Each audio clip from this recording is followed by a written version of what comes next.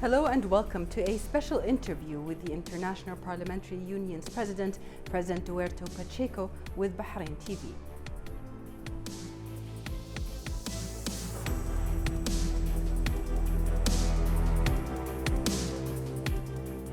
Mr. Pacheco, thank you very much for being with us. First off, can you tell us more about your visit to Bahrain this time and how basically it's going to flourish with the cooperation with the Parliamentary Union? First of all, thank you so much for the opportunity to address you and the people of Bahrain. It is a pleasure for me to be here in your country for the first time. I need to say that. But it is one amazing country and one amazing people. We read a lot about Bahrain, about the kindness of the people and the principles that you have of cooperation and how you are able to understand the others, and you put that in your attitudes. And it was not just one story. It's easy to understand that when we came here. And so it was for me a pleasure, and allow me to say it will be one very important visit for me, to see that a small country, but with a long history, can and may have huge responsibilities, not just in this region, but in our world. Because if we share with others your values, we will have a better world. And so this is one point that we have in common. IPU, but also Bahrain, your history, your thoughts, and your behavior. You know, IPU was created 130 years ago, putting dialogue and cooperation between countries and people as essential to achieve peace, development, and a better world. It may be words from a Bahrainian. And so it is a real success. And I hope it will enforce the links between the organization and, of course, your parliament. Definitely. President Pacheco, there is a very long history between the IPU and Bahrain already, and you had the honor of meeting His Majesty the King. What can you tell us about the fruitful meeting you had with him? It was a very impressive meeting, because Her Majesty, after 5 minutes, seems that we are friends for a long time. It's one characteristic of Her Majesty that impressed me a lot. But also the comparison of the world. It's easy to understand that Her Majesty is not just with words, with speech, but with actions to achieve peace and understanding. And this is directions that he gave to your people, but to the region as well. Because we know we are in a region with a lot of conflicts, where sometimes people do not respect and people do not understand the others.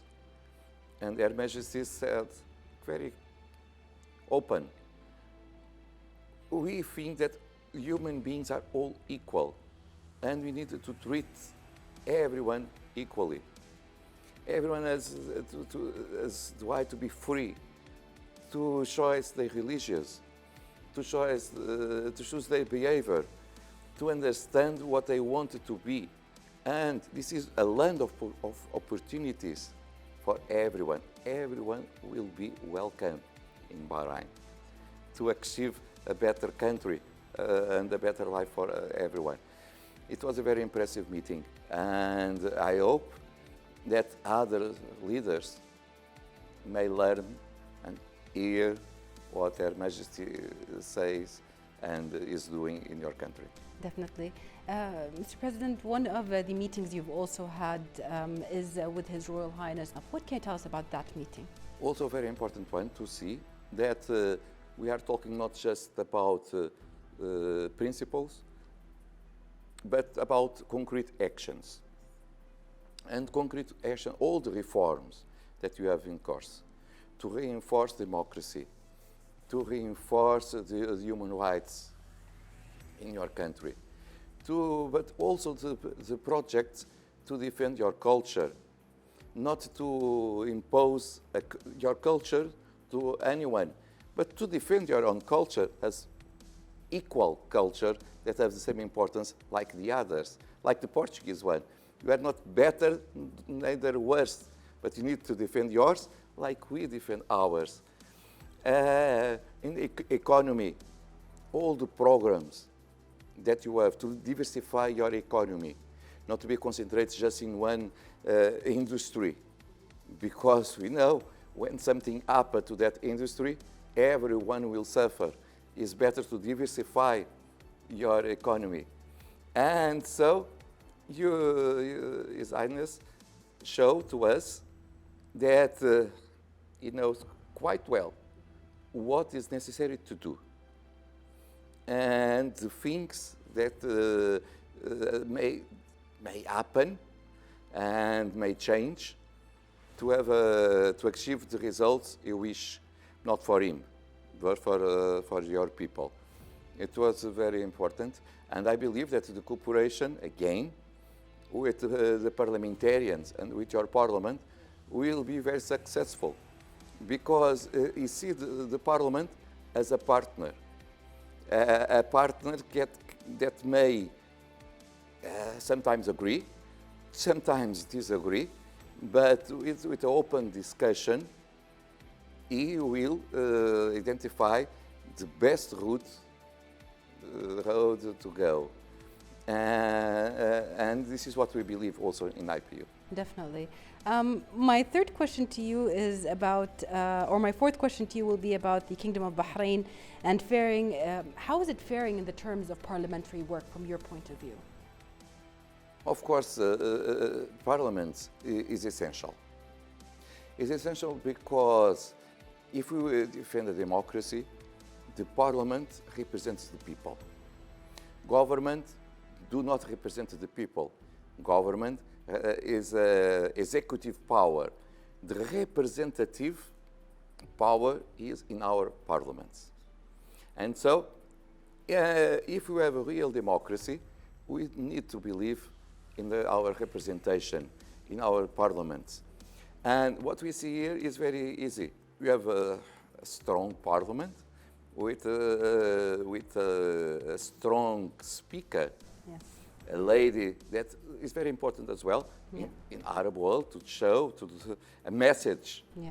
To have a lady, a speaker of your parliament, is a very important message to the world and to the region as well. And also the importance that the parliament gives to the gender participation. It's impossible to think about one inclusive democracy if half of the population did not feel represented in our parliament. So it's essential to have women parliamentarians, not just because they are women, but because we think sometimes different, but this is how it is the society. And we should represent the society. And also to involve the young people. Yeah. And we saw also that there are worries in your parliament to involve more young people in politics and in our activity. And so also in the representation in the parliament. Because, again, if the young people will not feel represented in our parliament, they will be more open, may I say this way, to accept other ideas, extremist ideas, that I think no one of us will support. So it's better if we have them inside the system, if they feel, yes, there are someone there in our parliament that represents my generation, that is representing my wisdom, or my aspirations. Of course, with different ideas again. But this way, they will be involved in democracy. And this is essential to avoid extremist ideas, extremist movements, and the speech of hate that sometimes is easy to identify in our societies and so on. You have a strong democracy with reforms, and allow me to say reforms because it is always important to do it.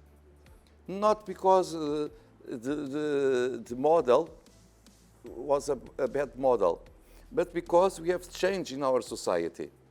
What is today important will not be the same in 2030, in 2040. So, in 2040, of course, they need to adapt again because the reality is completely different of 2022. Absolutely.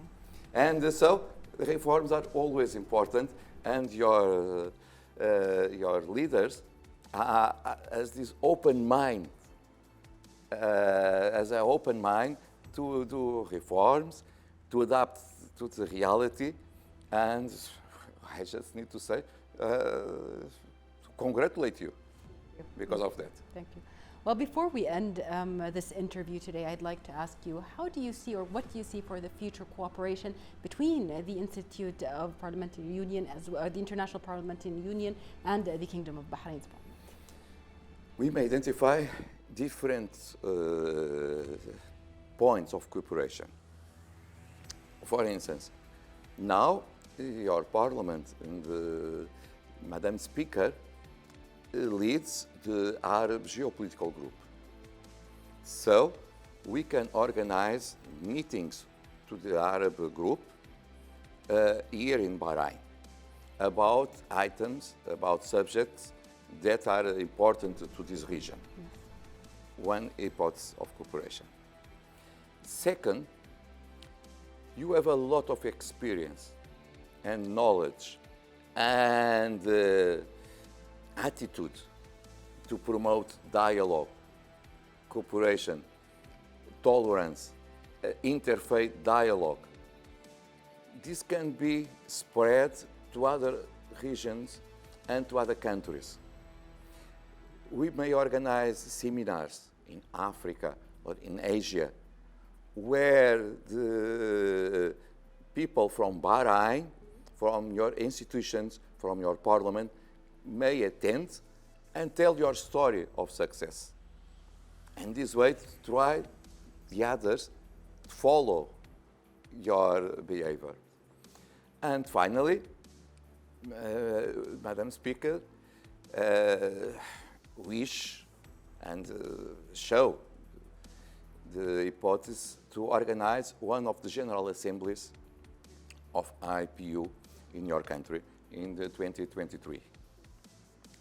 Of course, it is not my decision, it's one decision of the Governing Council of IPU, but I am very committed to have one approval to come to Bahrain with one General Assembly of IPU.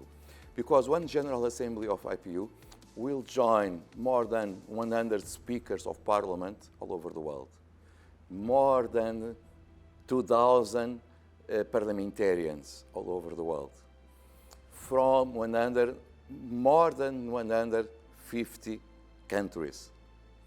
And if they came here, they will see with their eyes the reality, the progress of democracy, the progress of human rights here in your country. Sometimes it's much better to see with our eyes than to read a report. And so, with this opportunity, you can show to the world the progress that you are achieved. And I think as you have good results, it will be good to the humankind if we came here and to show to all politicians across the world the progress you achieve in democracy, human rights, gender participation in politics, youth involvement, and so on, so on, so on. Perfect. Thank you very much, Mr. President, President Duerto Pacheco. we're looking forward to all of the things that we've talked about, and thank you for being on this interview. It was a pleasure, and maybe during the assembly we will talk again. Definitely. Thank you so Thank much. you.